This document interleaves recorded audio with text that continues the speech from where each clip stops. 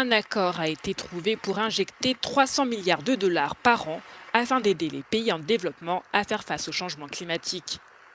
Mais ce montant, très en dessous des 1300 milliards demandés, suscite l'indignation des nations concernées qui dénoncent une responsabilité insuffisante des pays riches.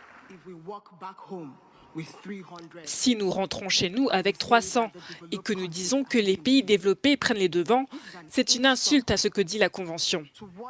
Dois-je rappeler ce que dit la Convention? Elle reconnaît que les pays développés ont la plus grande part des émissions mondiales historiques et actuelles. Elle dit également que les pays développés devraient prendre les devants et cette responsabilité de financement climatique revient aux pays développés. Le fait que ce soit un pays en développement qui prenne les devants avec 300 milliards de dollars d'ici 2035 est une plaisanterie et ce n'est pas quelque chose à prendre à la légère. Je ne pense pas que ce soit quelque chose que nous devrions applaudir. Malgré les critiques, certains voient cet accord comme une base de départ.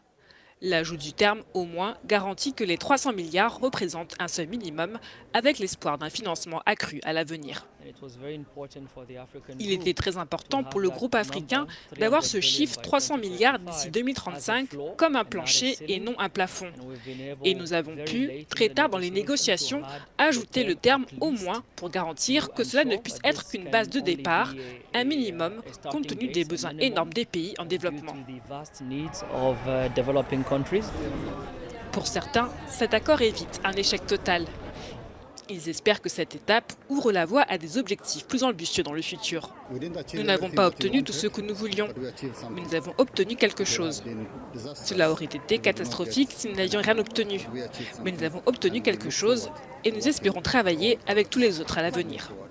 Les pays en développement reprochent aux nations riches leur manque de responsabilité face à la crise climatique.